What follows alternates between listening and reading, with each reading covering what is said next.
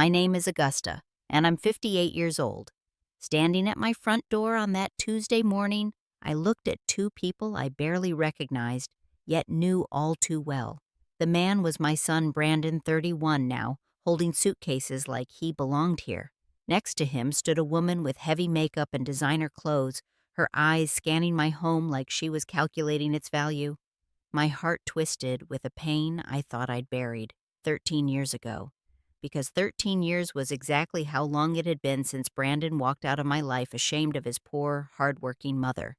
And now here he was, smiling like nothing had happened, like those years of silence were just a small gap we could step over. The article. He'd seen the article about my success. That was the only reason he was here. Before I tell you what happened next, I'd love to know where you're watching from. Please hit that like button and subscribe to hear how a mother's love can survive betrayal, but also how a mother can finally learn to put herself first. Now let me take you back to where it all began, because you need to understand the journey that brought me to that doorstep. 26 years ago, I was 32 and freshly divorced. My husband David had walked out when Brandon was just 6 years old, leaving behind nothing but unpaid bills and broken promises. No child support, no phone calls, no forwarding address. It was just me and my little boy in a one-bedroom apartment in a working-class neighborhood where the walls were thin and the rent was still too high. I worked 2 jobs to keep us afloat. During the day, I was a secretary at a small law firm downtown, answering phones and filing paperwork for barely above minimum wage. At night, I waited tables at Rosie's Diner on 5th Street, smiling through exhaustion as I served coffee and pie to late-night customers. My feet ached constantly, and I couldn't remember the last time I'd had a full night's sleep. Our apartment was small and worn. The carpet was stained from previous tenants, and the heater rattled like it might give up any winter. But I tried to make it a home. I hung cheerful curtains I'd found at a thrift store, and I always kept the place clean and warm. Brandon had the bedroom with its single window overlooking the parking lot, while I slept on a pull-out sofa in the living room. I didn't mind. Seeing him safe and comfortable was worth any discomfort I felt. Brandon was a sweet child back then. He had my brown eyes and his father's dark hair and a smile that could light up the darkest days. He was the kind of kid who helped without being asked, who understood even at 6 years old that money was tight and life was hard. On mornings before school, I'd wake up early to make him pancakes standing at our tiny stove, while he sat at our wobbly kitchen table telling me about his dreams. He'd swing his legs too short to reach the floor and say things like, "Mom, when I grow up, I'm going to buy you a big house with a real bedroom and a garden." And I'd smile, flipping pancakes, my heart so full of love it hurt. Our evenings had a rhythm. After I got home from the law firm, I'd help Brandon with his homework at that same kitchen table. Then I'd change into my diner uniform and head out for my second shift. A neighbor, Mrs. Chen, an elderly woman who lived down the hall, would check on Brandon while I worked. He'd be asleep by the time I got home near midnight, and I'd tiptoe in to kiss his forehead before collapsing onto my sofa bed. Weekends were our special time. We couldn't afford much, but we made our own fun. We'd pack peanut butter sandwiches and walk to the public park 3 blocks away, feeding ducks at the pond with stale bread. Sometimes we'd go to the library where Brandon would check out armfuls of books while I browsed the free community bulletin board for better job opportunities that never seemed to materialize. On really good weeks, when I'd gotten decent tips at the diner, we'd stop at the corner store for ice cream, splitting a single cone between us. Money was always tight, but I was determined that Brandon would have opportunities I never had. I saved every spare dollar in a coffee can hidden in the back of our closet, labeled in my mind as Brandon's college fund. It grew slowly, painfully slowly. But it grew. I bought his school supplies secondhand, his clothes from thrift stores, and I learned to stretch a single chicken into 3 meals. I went without new clothes for years. I cut my own hair. I walked to work instead of taking the bus when the weather allowed. Brandon was smart, especially good at math and science. His teachers called him gifted. At parent-teacher conferences, which I attended religiously, despite the exhaustion, they'd tell me he had real potential, that with the right support, he could go far. Those words fueled me through double shifts and aching feet. I worked extra hours on weekends, picking up every shift I could get. My body was tired, but my spirit was determined. But somewhere around his freshman year of high school, things started to change. Brandon was 14 and suddenly aware of the world beyond our small apartment. He made new friends, kids whose parents were doctors and lawyers and business owners, kids who drove to school in cars their parents bought them. Kids who wore name brand clothes and had the latest phones. I started noticing small changes. He'd ask me to drop him off a block from school instead of at the front entrance.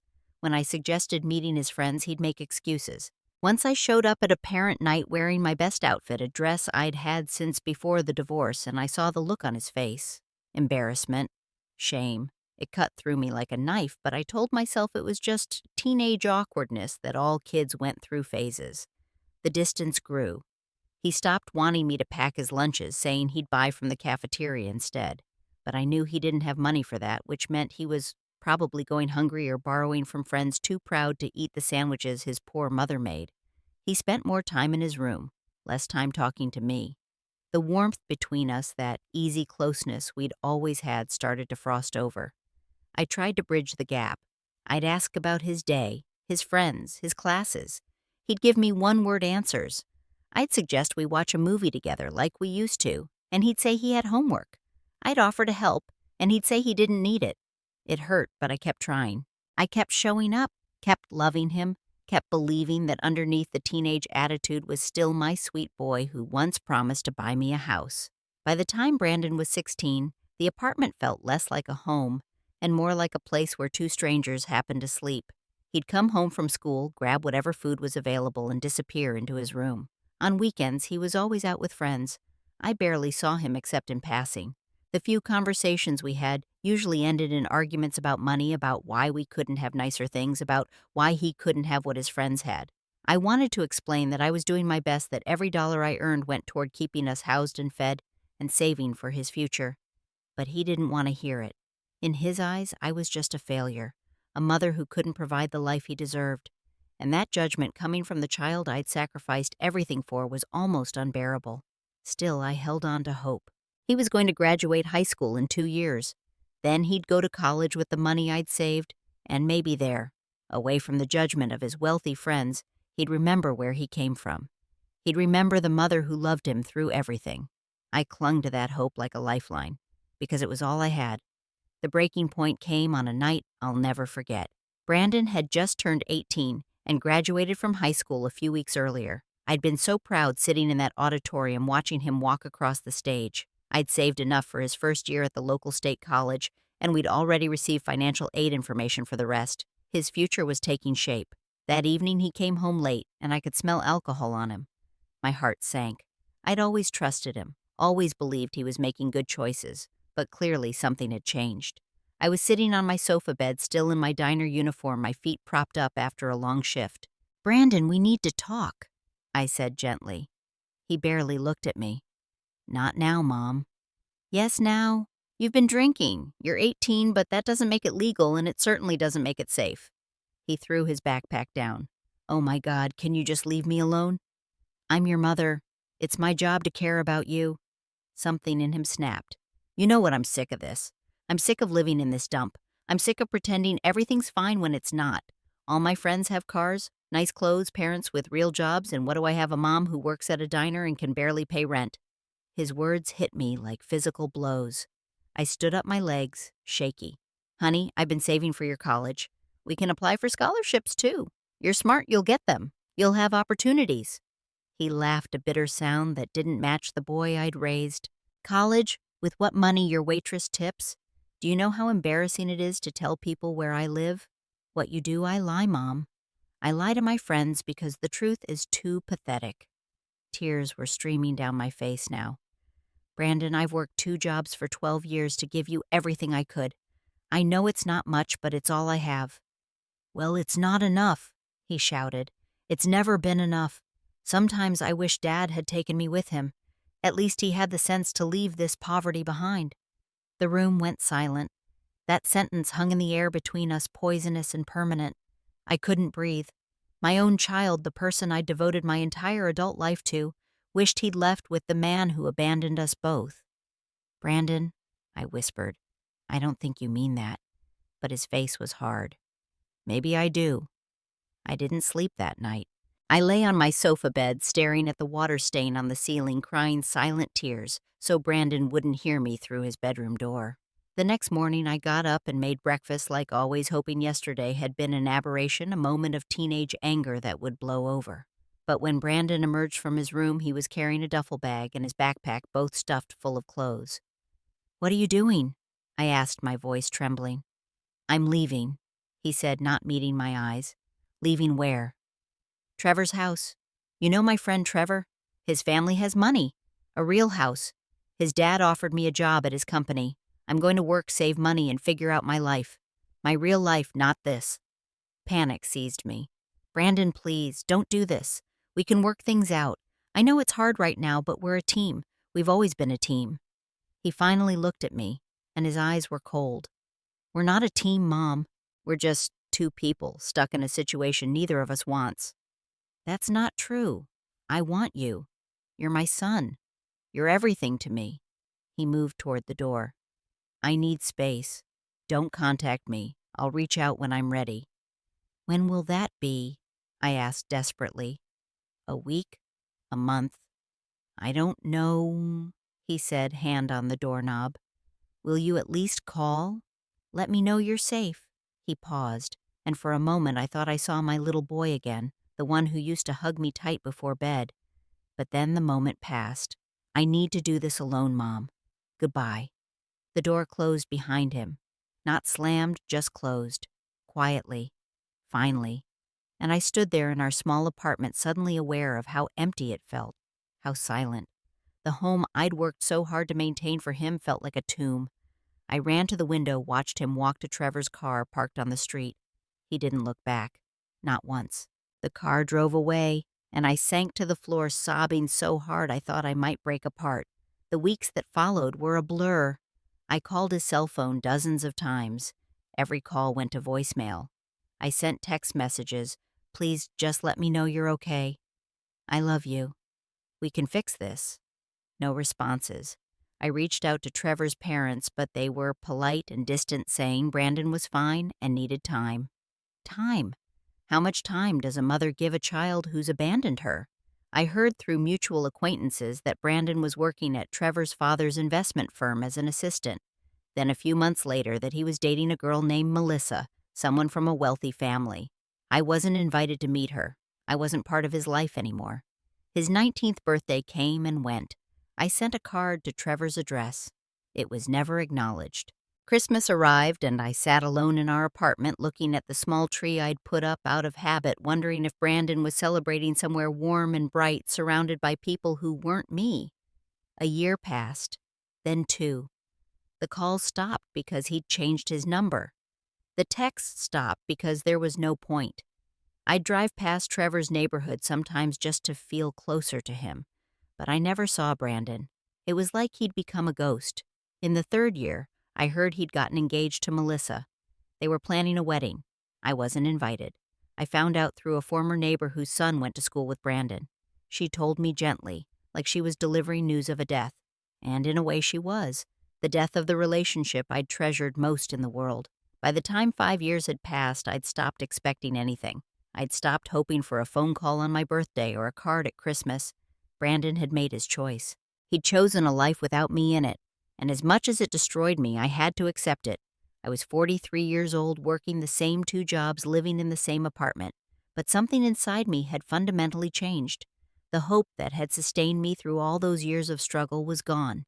In its place was a hollow ache and a question I couldn't answer.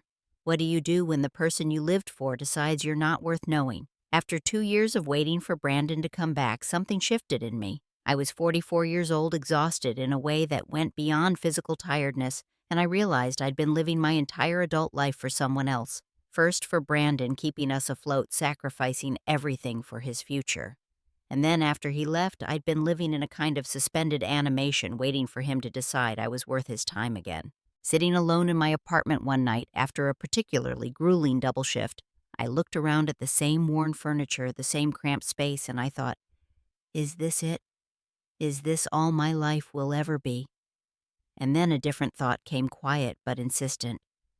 It doesn't have to be. I'd always been a hard worker. I'd always been smart, even if I'd never had the chance to prove it beyond high school. So why couldn't I do something different? Why couldn't I build a life for myself, not for Brandon, not for anyone else, but for me? That night I made a decision. I was going to change my life. I started small. I researched online courses in accounting and bookkeeping subjects I'd always been good at but never pursued. I found an affordable certification program that offered evening classes.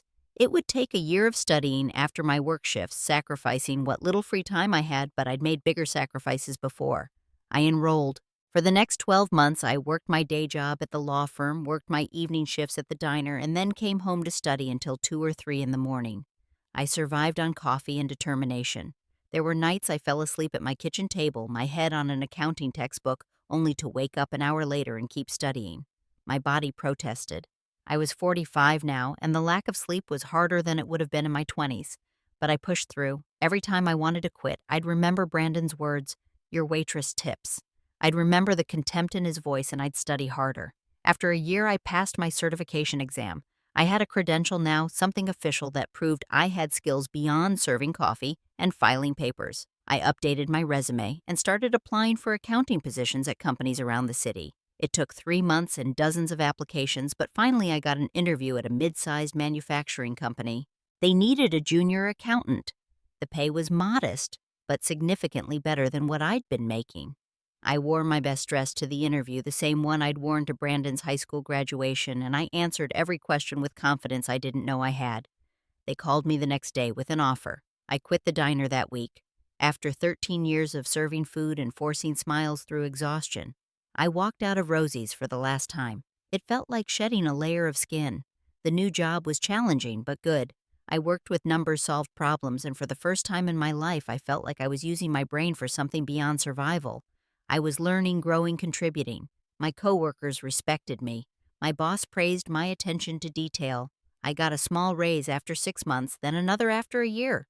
With the extra income, I moved out of the one-bedroom apartment I'd lived in for 20 years. I found a nicer place, still modest, but clean and safe, with an actual bedroom and a kitchen that didn't feel like a closet. It wasn't fancy, but it was mine, and I'd earned it myself. I started taking care of myself in ways I never had before. I bought new clothes, nothing expensive, but things that fit and made me feel put together.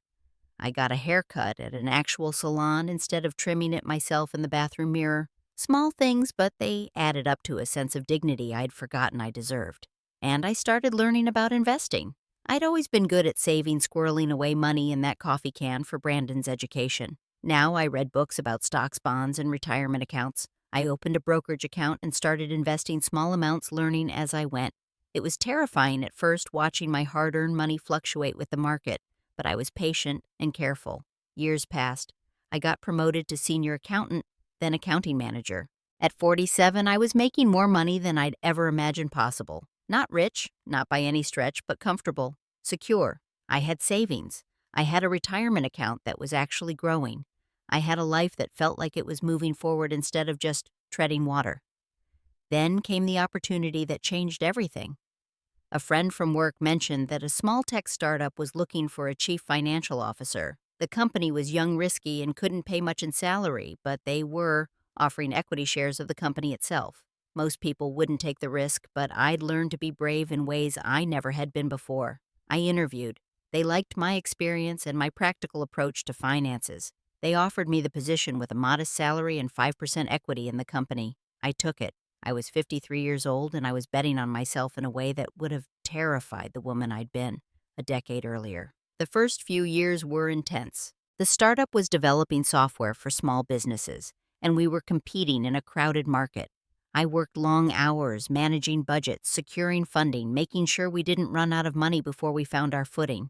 But I believed in what we were building, and for the first time in my life, I was part of something bigger than just surviving. The company grew, slowly at first, then faster. We landed major clients. Our software became popular. Revenue increased. We hired more people. And my 5% equity, which had seemed like a long shot, suddenly represented something substantial. When I was 53, 6 years after joining the startup, we got an acquisition offer from a major tech corporation.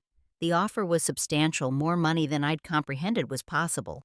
The founders and board debated for weeks, but ultimately we accepted. When the acquisition closed and I sold my shares, I became a millionaire. I sat in my accountant's office looking at the number on the statement, and I couldn't process it. This was more money than my mother had earned in her entire life, more than I'd made in all my years of working 2 jobs combined. It was enough to retire if I wanted, enough to live comfortably for the rest of my life, enough to finally truly be free. I thought of Brandon in that moment, my son who'd left because I couldn't give him the life he wanted, who'd been ashamed of my waitress job and our small apartment. I wondered what he'd think if he knew, but I hadn't heard from him in over 10 years by then. He'd made his choice, and I'd made mine. I'd built a life without him, and somehow, against all odds, I'd succeeded. I bought a house. Not a mansion, but a real house in a quiet neighborhood with trees and good schools, though I had no children to send there anymore. It had 4 bedrooms, far more than I needed, and a backyard with a garden where I planted roses. I furnished it simply but comfortably. Every room felt like a victory, proof that the girl from the 1 bedroom apartment had made it further than anyone expected. I didn't retire, though.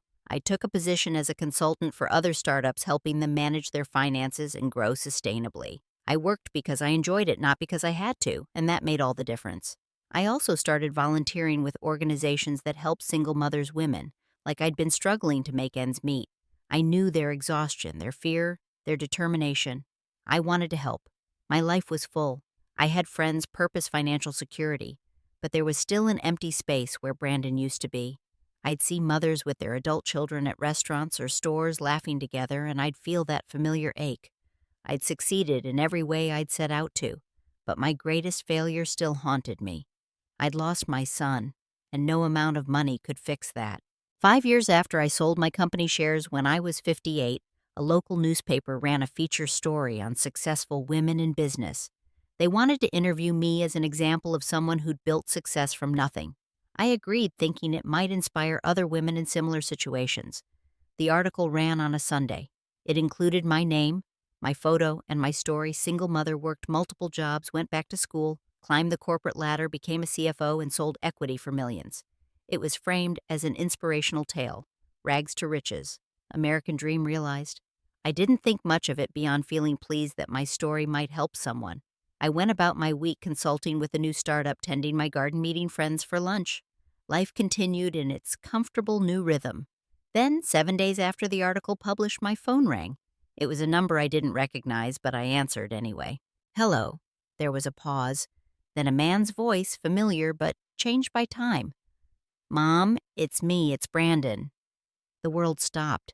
I sat down on my couch, suddenly unable to stand. 13 years. 13 years of silence, and now his voice in my ear, like no time had passed at all. Brandon, I whispered. My hand was shaking so badly I almost dropped the phone. I saw the article about you, he said, and his voice was warm, friendly, like we'd just spoken yesterday. I couldn't believe it. My mom a millionaire. I'm so proud of you. Proud. He was proud. After abandoning me, after years of silence, after making it clear I wasn't good enough for him, now he was proud. Where have you been? I asked, and I heard the tremor in my voice. Oh, life got busy. Working married to Melissa, Time just got away from me. But I've been thinking about you, about us. I want to reconnect, Mom. My heart wanted to leap at those words, but something in my chest held back. 13 years wasn't life got busy. 13 years was a choice. I'd like that, I said carefully. I've missed you so much. I've missed you too, he said, though something in his tone felt rehearsed. Listen, I'd love to see you. Maybe I could come by your place. The article mentioned you have a house now. I'd love to see it. There it was. The mention of the house, the acknowledgement of my success. Was that why he was calling? Of course, I said, because what else could I say? This was my son, my only child. Maybe he had changed. Maybe he did want to reconnect. Maybe I was being unfairly suspicious. When were you thinking? How about this weekend Saturday, Melissa and I could drive over? Melissa was coming too, his wife, whom I'd never met, never been invited to meet. But maybe that was a good sign. Maybe he wanted me to meet his family, to be part of his life again. Saturday works, I said. Just for lunch. Perfect, he said. I'll text you to confirm. It's really good to hear your voice, Mom. Yours too, I said, and it was true, despite my uncertainty. After we hung up, I sat in silence for a long time. I should have been happy. My son had finally reached out. He wanted to see me. This was what I'd longed for during all those years of silence. So why did I feel uneasy?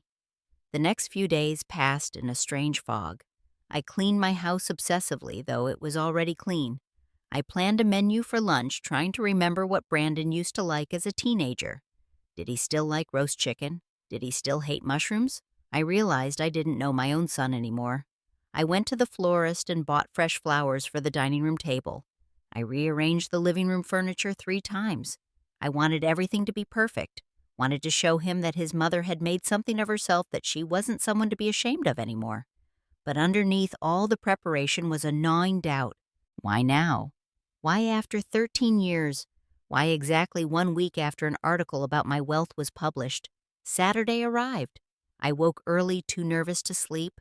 I made the chicken roasted vegetables, baked an apple pie. I set the table with my good dishes. I changed clothes 4 times before settling on a simple blouse and slacks, nice but not trying too hard. At noon, exactly the doorbell rang. I took a deep breath, smoothed my hair, and walked to the door. This was it. My son was back. Everything I'd hoped for was on the other side of this door. I opened it. Brandon stood there, and my breath caught. He was so much older now, 31 years old, a man instead of the teenage boy who'd left. He'd gained weight, not much, but enough to make his face fuller. His hair was styled expensively. He wore a button-down shirt and khakis that looked new. Beside him was a woman who must be Melissa. She was heavily made up, her blonde hair perfectly curled, wearing a designer dress I recognized from magazines. She looked polished and expensive and somehow bored already. And behind them, sitting on my porch, were 2 large suitcases. My stomach dropped. "Mom," Brandon said, stepping forward to hug me. The embrace was brief, perfunctory. "It's so good to see you." "Brandon?" I managed, hugging him back, trying to find my son in this stranger's arms. "Come in. And you must be Melissa." Melissa extended a perfectly manicured hand. "Lovely to finally meet you," she said, her voice syrupy sweet and completely insincere. They walked into my house, and I couldn't stop staring at the suitcases on the porch. "Brandon," I said carefully, "what are those?" He turned, following my gaze, then smiled. "Oh, right. So, Mom, we need to talk. Let's sit down first." My unease bloomed into full alarm, but I led them to the living room. Brandon and Melissa sat on the couch close together, united. I sat across from them in an armchair, my back straight, my hands clasped to keep them from shaking. Brandon leaned forward, his expression serious but with an undertone of entitlement I didn't like. "Mom, I'm just going to be straight with you. Melissa and we've been going through some tough times financially. I lost my job 3 months ago. The economy, and rent in the city is insane." Melissa nodded sympathetically. "It's been really hard for us." I looked between them, waiting, dreading what was coming next. Brandon continued. "But then I saw that article about you, about how well you're doing. And I thought, well, you're my mom. And look at this place. It's beautiful. You have all this space. 4 bedrooms, right?" My mouth went dry. "Yes." He smiled like what he was about to say was perfectly reasonable. "So we thought since you have all this extra room, and since we're family, maybe Melissa and I could stay here for a while, just until we get back on our feet." The room spun. "Stay here. Just temporarily," he said quickly. "A few months at most. We won't be any trouble. And honestly, Mom, it would give us a chance to reconnect properly, to be a family again." Melissa added, "And of course, as your son Brandon is entitled to some financial support. We have some debt we need to clear up, and it would really help if you could, help us out." I stared at them. At my son who'd cut me out of his life for 13 years. At his wife, whom I just met, who was already talking about my money. At the suitcases waiting on the porch, presuming I'd say yes. "Let me make sure I understand," I said slowly. "You want to move into my house, and you want me to give you money." Brandon looked uncomfortable for the first time. "When you put it like that, it sounds bad. But come on, Mom. You're my mother. Isn't this what family does? Help each other? Help each other," I repeated. "Where were you when I needed help, Brandon? When I was working 2 jobs? When I was living in that apartment you were so ashamed of? When I was going to school at night trying to build a better life? Where were you?" He shifted. "I was young, I made mistakes, but I'm here now. You're here now, I said, standing up, because you saw an article that said I have money, not because you missed me, not because you realized you were wrong, because you want something from me. Melissa stood too, her face hardening. This is ridiculous, Brandon. I told you she'd be like this. Like what? I asked. Like someone who won't be used. Brandon stood, his face reddening. Mom, I'm your son, your only child. Don't you think you owe me something? Owe you. My voice rose despite my attempt to stay calm. I gave you everything. I sacrificed my health, my youth, my own dreams to give you a chance at a better life. And you threw it back in my face because I wasn't rich enough for you. I was 18, he shouted. I was a stupid kid. And now you're a man who shows up at his mother's door with suitcases demanding to move in and asking for money without even saying you're sorry. Silence crashed over the room. Brandon's jaw worked, but no words came out. I'm not sorry, he finally said, his voice cold. You want me to apologize for wanting better? For being embarrassed by poverty? Fine. I was embarrassed. You worked at a diner, Mom. We lived in a dump. I wanted more. The truth of his contempt, spoken plainly after all these years, cut deeper than anything else could have. Then you have no right to ask me for anything, I said, tears streaming down my face, but my voice steady. You wanted more, and I got more. I built a life for myself that doesn't include someone who sees me as an ATM, not a mother. Melissa grabbed Brandon's arm. Come on, she's not worth this. Brandon looked at me, and I saw no remorse, only anger.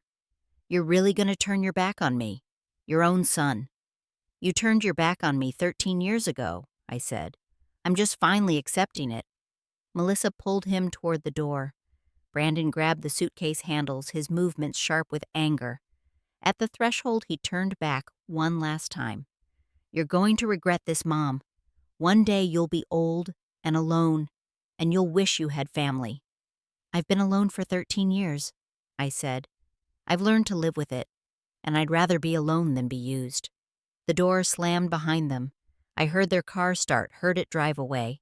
And then I was alone in my beautiful house, standing in my living room with a chicken cooling in the kitchen and flowers on the table, and my son gone again. But this time, I'd been the one to send him away.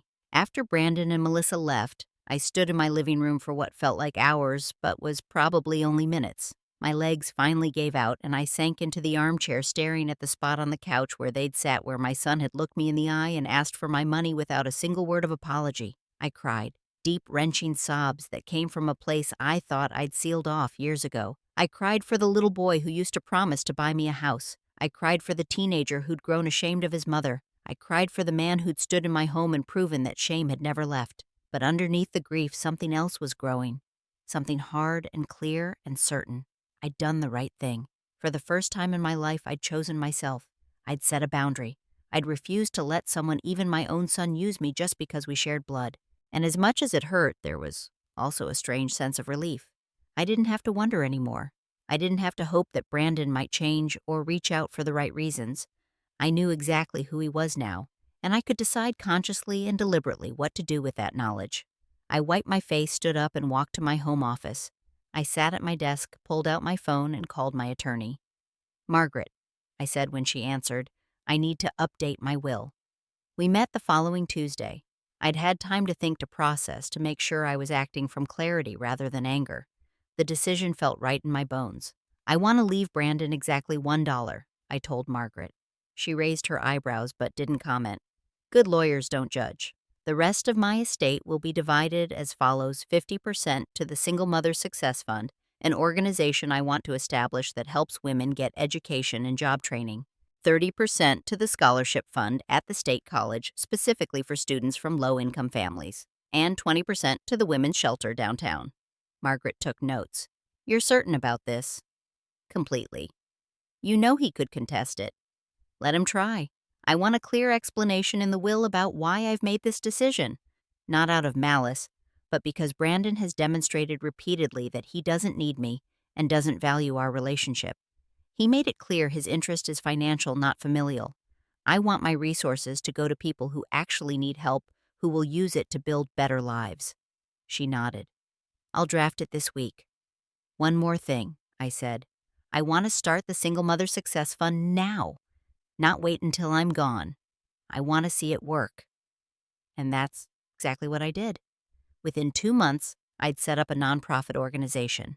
I used a significant portion of my savings to fund it, keeping enough for my own comfortable retirement but dedicating the rest to helping women. Like I'd been struggling exhausted, working multiple jobs, trying to raise kids and better themselves simultaneously. The fund provided grants for education, helped with rent during school terms, covered childcare costs, offered job training. I interviewed applicants personally, heard their stories, saw their determination. These women reminded me of myself at their age, except they had something I hadn't, someone willing to help them when they needed it most. I met Sarah, 32, working at a grocery store and a gas station trying to get her nursing degree while raising 2 kids alone. We paid for her last year of school and her childcare. She graduated with honors and now works at a major hospital. I met Latoya, 28, who'd fled an abusive relationship with her 3-year-old daughter and was living in her car while working at a call center. We helped with first and last month's rent on an apartment, gave her a laptop for online classes, paid for her medical billing certification. She's now financially stable with a good job. I met Jennifer, 41, who'd been laid off from her factory job after 20 years. We helped her retrain as a paralegal. She's now working at a law firm and bought her first house last year. These women sent me thank you cards, called to share their victories, invited me to their graduations. They didn't want my money because I had it. They needed help, and they used it to transform their lives. They were grateful, not entitled. They were family in a way Brandon had stopped being years ago. The work filled something in me that had been empty since Brandon left. Purpose, connection. The sense that my struggles hadn't been meaningless, that I could use what I'd learned to make someone else's journey easier. 3 months after I'd set up the fund, my phone rang. Brandon. I almost didn't answer, but curiosity won. What do you want? I asked, no warmth in my voice. I heard about your charity, he said, and he was angry. You're giving away my inheritance to strangers. It's not your inheritance, Brandon. It's my money. I earned it, and I'll do with it as I please. This is insane. I'm your son, and I'm a person with the right to choose how my resources are used. You made it clear you don't need me. These women do. You're seriously going to give everything to people you don't even know, instead of your own child. These people appreciate it, I said. They work hard. They're trying to build better lives. They don't show up with suitcases demanding handouts. They're grateful for help, not entitled to it. He was silent for a moment then. What about your will? Am I in it? I smiled, though he couldn't see it. Yes, you'll receive $1, a symbolic amount to show I didn't forget you. $1? Are you kidding me? I'm dead serious. The rest goes to charity. That's final. He sputtered. You can't do this. I'll contest it. I'll fight it. Go ahead, I said calmly. I've made my reasons clear in the will. You abandoned me, showed no interest in me until you learned I had money and demonstrated that your concern is financial, not emotional. Any judge will see that. I hate you, he said, and his voice cracked. I hate what you've become. I've become someone who values herself, I said. Something I should have done a long time ago. Goodbye, Brandon. I hung up, and for the first time since he'd left at 18, I felt at peace with our relationship, or lack thereof. 5 years have passed since Brandon showed up at my door with his suitcases and his demands. 5 years since I closed that door and chose myself. I'm 63 now, and my life is richer than I ever imagined it could be. Not because of money, though I'm comfortable, but because of purpose. The Single Mother Success Fund has grown beyond anything I dreamed. We've helped over 200 women in the past 5 years. Some have become nurses, teachers, accountants. Others have started small businesses. All of them have found stability they didn't have before. They send me updates, photos of their kids, graduating invitations to weddings and celebrations.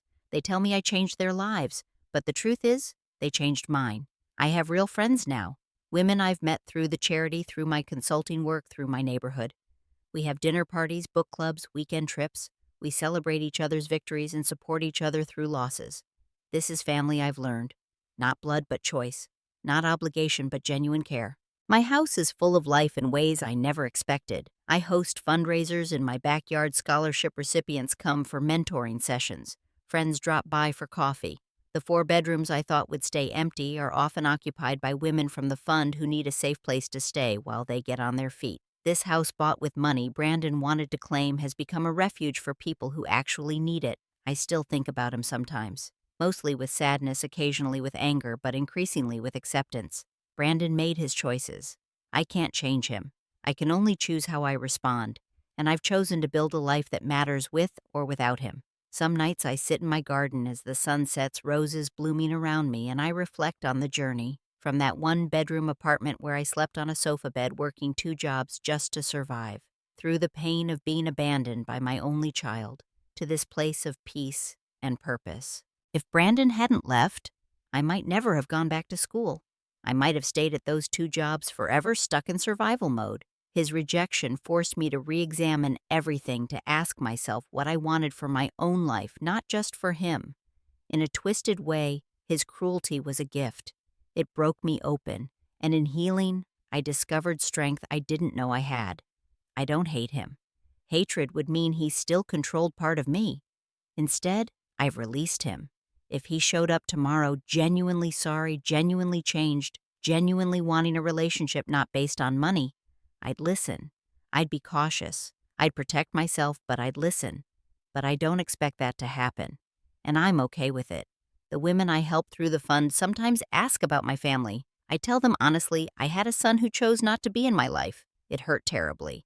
But I survived it, and I built something meaningful from that pain. They understand.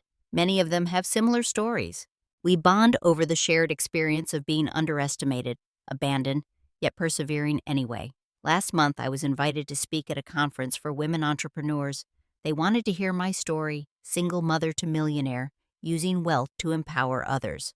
Standing on that stage, looking at hundreds of women in the audience, I realized something profound. I'd spent 18 years of Brandon's life trying to be enough for him. Enough provider, enough mother, enough of everything he needed. And I'd failed in his eyes because I couldn't give him wealth. But I'd succeeded in ways that mattered more. I'd shown resilience. I'd demonstrated that you can start over at any age. I'd proven that your worth isn't determined by your circumstances, but by your character. And now I was passing that lesson on to others. Brandon had wanted a mother with money. He got one eventually, but by then he'd destroyed any claim to it. The irony isn't lost on me. If he'd just stayed, just been patient, just loved me, through the struggle he would have benefited from my success naturally. But his impatience, his shame, his greed cost him everything he'd wanted. I don't take satisfaction in that. It's just sad. The greatest lesson I've learned through all of this is that love shouldn't require you to diminish yourself. Not parental love, not romantic love, not any kind of love. If someone makes you feel small, demands you sacrifice your dignity, or treats you as valuable only for what you can provide them, that's not love. That's exploitation. Setting boundaries doesn't make you cruel. It makes you wise. And choosing yourself, especially after years of choosing others, isn't selfish. It's survival. I look at my life now and I see beauty. Not perfection, but authenticity. I'm living according to my values, Subwets. I'm helping people who need help. I'm building legacy not through blood relations, but through impact. When I'm gone, dozens of women will have better lives because I existed. Their children will have opportunities because I chose to share what I'd earned. That's the inheritance that matters. Not money passed to someone who feels entitled to it, but opportunity extended to people who will use it to create better futures. Sometimes late at night, I wonder what Brandon's life is like. Is he happy? Did he and Melissa work things out? Does he ever think of me with anything other than resentment? I don't know. He hasn't called again since that angry conversation about the will. Maybe one day when I'm very old, he'll show up at my door again. Maybe he'll have changed. Maybe he'll genuinely want to know his mother to build a relationship based on something real. Or maybe he won't. Maybe I'll never see him again. Either way, I'm going to be okay, because I've learned the most important lesson of all. My worth isn't determined by whether my son loves me. My worth is inherent. I'm valuable because I exist, because I've survived, because I've chosen kindness over bitterness and purpose over pity. That's the inheritance I'm leaving, not just in my will, but in the lives I've touched. That's the story I want told. So what have I learned from all of this? What would I tell someone else facing a similar situation? I'd say this: family is complicated. Love is complicated. But you can't sacrifice yourself on the altar of someone else's expectations, not even for your children. You can love them. You can want the best for them. But you can't let them destroy you. I'd say it's never too late to start over. At 44, broke and heartbroken, I changed my entire life. If I could do it, then anyone can do it at any age. I'd say money reveals character. It doesn't create it or change it, but it certainly reveals it. When Brandon saw I had money, his true priorities became crystal clear. And finally, I'd say the family you choose can be just as meaningful as the family you're born into, sometimes more so. Blood doesn't guarantee love, and love doesn't require blood. I'm 63 years old. My son doesn't speak to me, and I'm happier now than I've ever been in my life. Not because I have money, though financial security is nice, but because I have peace. I have purpose. I have people who genuinely care about me, and I have self-respect. Brandon wanted a mother who could give him things. He got one, but by then he'd proven he didn't deserve them. Not because I'm vengeful, but because love without respect isn't love at all. It's just a transaction. And I'm worth more than that. We all are. So here's my question for you. Have you ever had to choose between loving someone and respecting yourself? How did you handle it? Drop your thoughts in the comments below. And if this story resonated with you, please hit that like button and subscribe. Share this with someone who might need to hear that it's okay to put themselves first sometimes. Thank you for listening to my story, and I hope it reminds you that you're valuable no matter who does or doesn't see it. Take care of yourselves out there, and remember, sometimes the bravest thing you can do is walk away from someone who refuses to see your worth. Be well.